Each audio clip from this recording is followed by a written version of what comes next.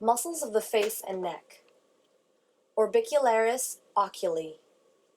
Orbicularis oris. Zygomaticus major. Masseter.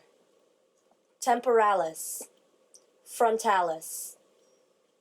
Occipitalis. Sternocleidomastoid.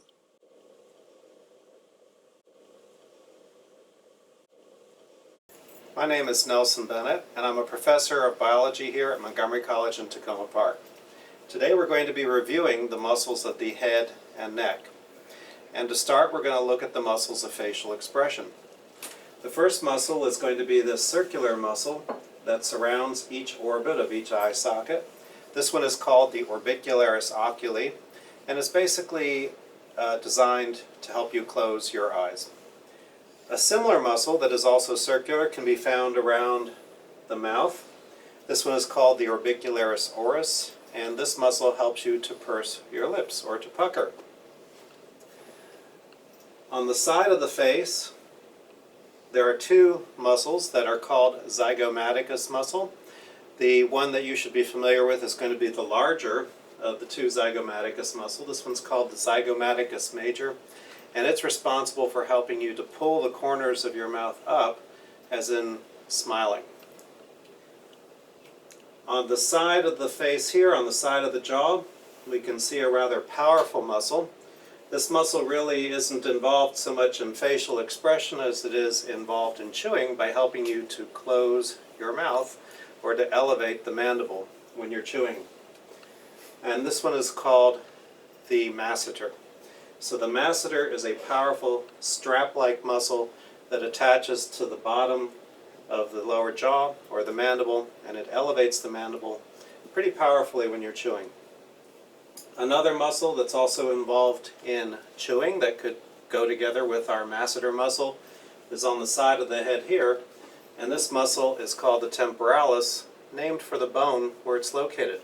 So together the temporalis and the masseter both help to elevate the mandible or close your mouth when you're chewing. Those are your chewing muscles.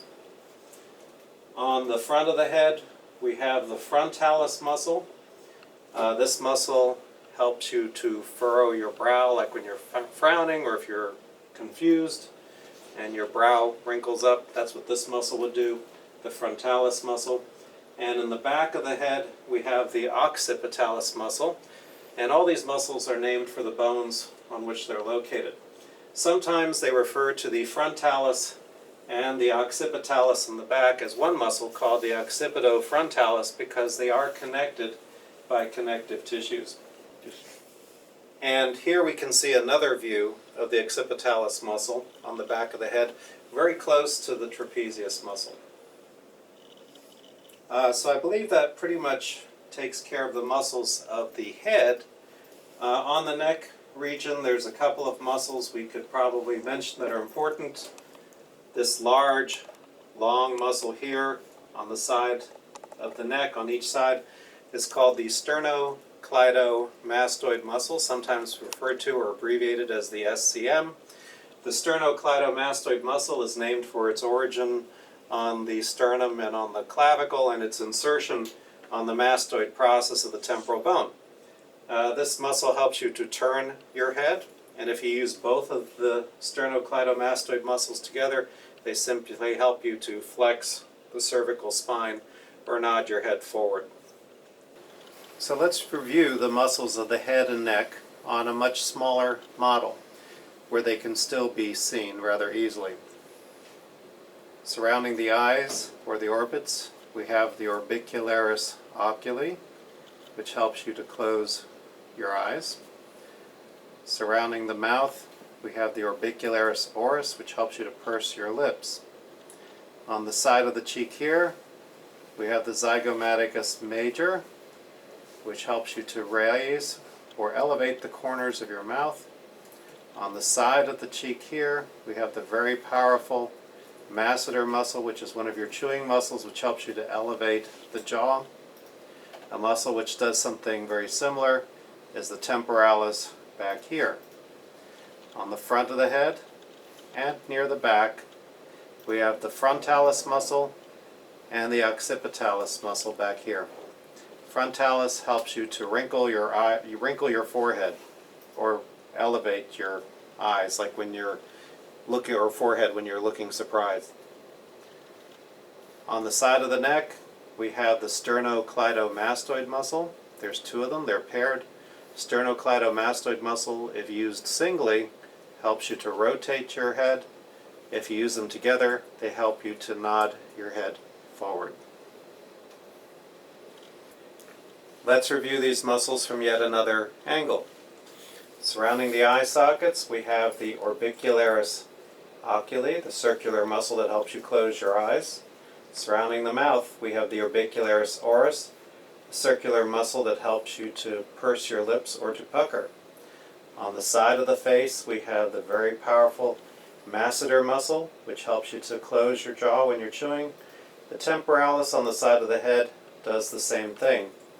On the front of the head, we have the frontalis muscle, which is also connected by connective tissues to the occipitalis in the back, which we cannot see. On the side of the head, we have the sternocleidomastoid muscle that helps you to turn your head, or if you use them together, they help you to nod your head forward. Oh, and let's not forget, almost forgot, the Zygomaticus muscle here, which elevates or raises the corners of your mouth when you're smiling. And that pretty much completes the muscles of the head and neck.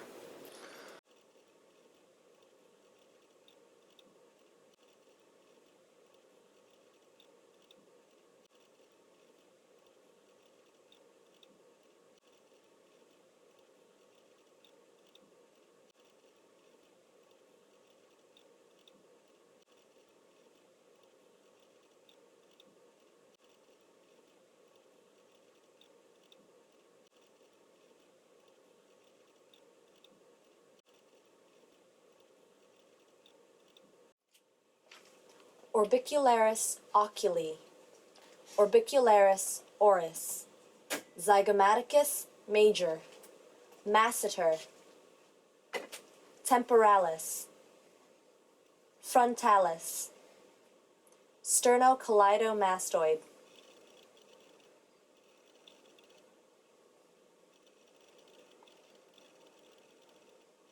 orbicularis oculi, orbicularis oris, Zygomaticus major, masseter, temporalis, frontalis, sternocleidomastoid,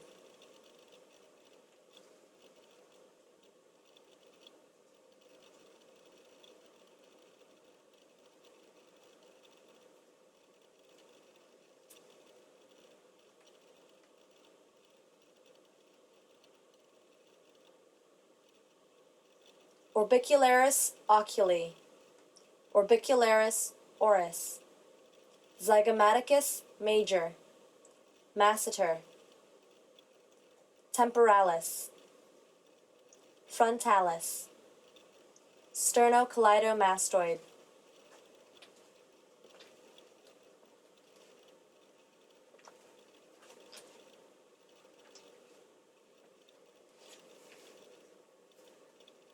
orbicularis oculi, orbicularis oris, Zygomaticus major, masseter, temporalis, frontalis, sternocleidomastoid,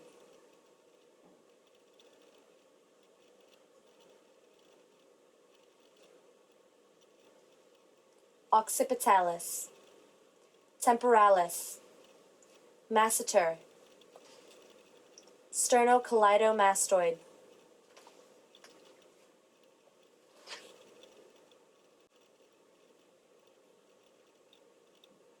muscles of the face and neck, orbicularis oculi, orbicularis oris, Zygomaticus major, masseter, temporalis, frontalis, occipitalis, sternocleidomastoid.